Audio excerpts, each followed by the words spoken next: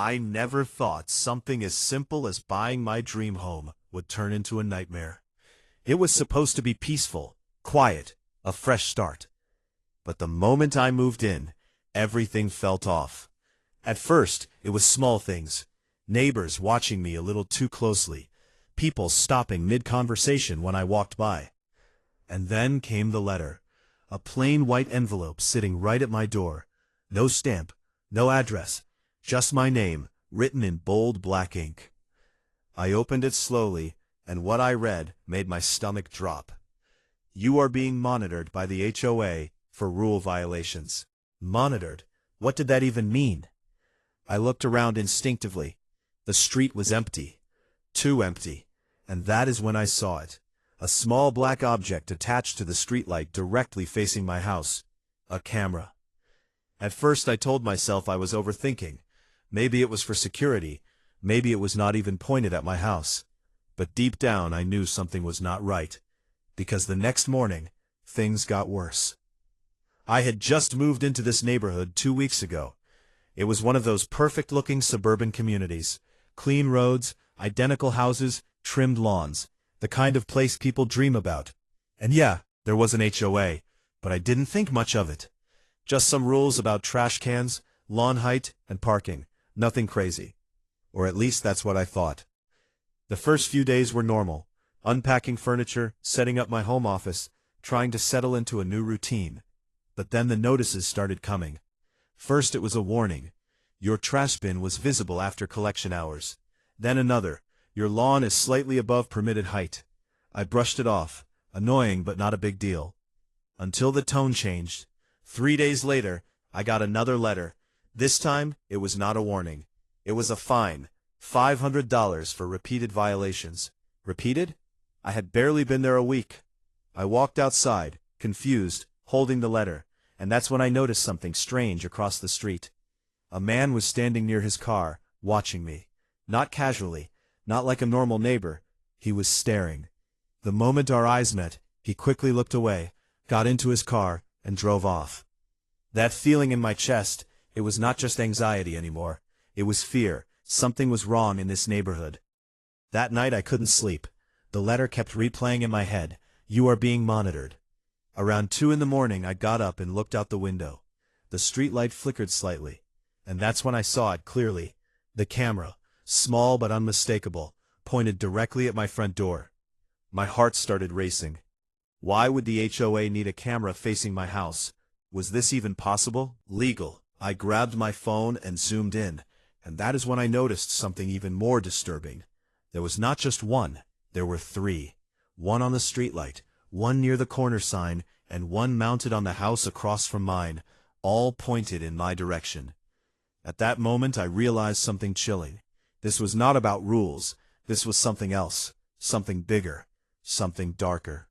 And I was right. The next morning, I decided I was not going to ignore this anymore. I got in my car and drove straight to the HOA office. It was a small building near the entrance of the neighborhood. Neat, clean, almost too perfect. I walked inside and was greeted by a woman sitting behind the desk. She smiled, but it did not reach her eyes. I told her about the letters, the fines, and the cameras. Her expression did not change. She simply said, "All monitoring is conducted to ensure community compliance."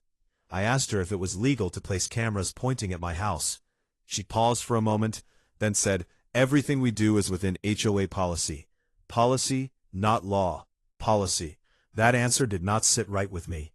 I demanded to speak to someone higher up. She told me the board was not available and suggested I submit a written request and leave. As I turned to walk out, I noticed a door slightly open down the hallway, and inside I heard voices. Low, serious voices. I should have left, but something told me to stay.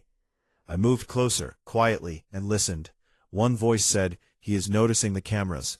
Another replied, "Then increase the observation. We cannot let this one slip like the last one." My heart started pounding. What did they mean like the last one? Who were they talking about? Before I could hear more, the door suddenly shut. I stepped back quickly, trying to act normal, but I knew one thing for sure. I was not supposed to hear that, and now I was involved, whether I liked it or not. That evening, as I pulled into my driveway, I saw someone waiting near my front porch. It was an older man, maybe in his 60s. He looked nervous, constantly glancing around. As I stepped out of my car, he quickly walked up to me and said, "You need to be careful here." I asked him what he meant. He leaned in closer and whispered, "They are watching you more than usual." I felt a chill run down my spine. I asked him who he meant. He looked around again and said, "The HOA. They do not just enforce rules, they control everything." I tried to ask more questions, but he shook his head and said, "Not here. Not where they can hear us." Then he handed me a small piece of paper with an address written on it. "Come here tonight if you want the truth." And before I could respond, he walked away, quickly disappearing down the street. I stood there frozen, holding the paper, my mind racing. Should I trust him? Was this some kind of trap, or was he the first person actually telling me the truth? I looked up at the cameras again, and for the first time I felt like they were not just recording me, they were watching me, thinking, judging me, like I was part of some experiment. And I was starting to understand that this HOA was not normal. This neighborhood was not normal, and whatever was happening here, it was far more dangerous than I had imagined. That night, I could not ignore it anymore. I got into my car and drove to the address the old man had given me. It was an abandoned-looking house at the edge of the neighborhood. Lights off, windows covered. I hesitated for a moment, but then I remembered the letters, the fines, the cameras, and the voices from the office. I stepped out of the car and walked up to the door. Before I could knock, it slowly opened on its own, and the old man stood there in the darkness. He looked at me and said, "You should not have come here, but I am glad you did, because now it is too late to turn back."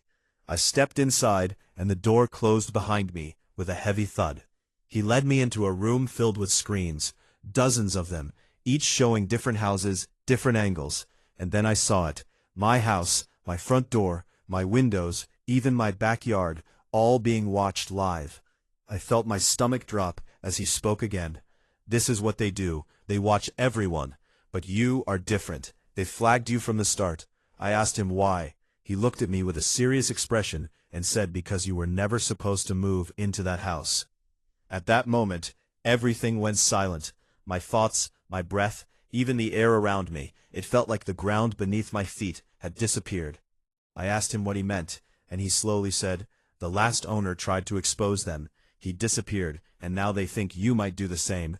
That is why they are watching you. That is why the fines keep coming. They are testing you, pushing you, waiting to see what you will do next."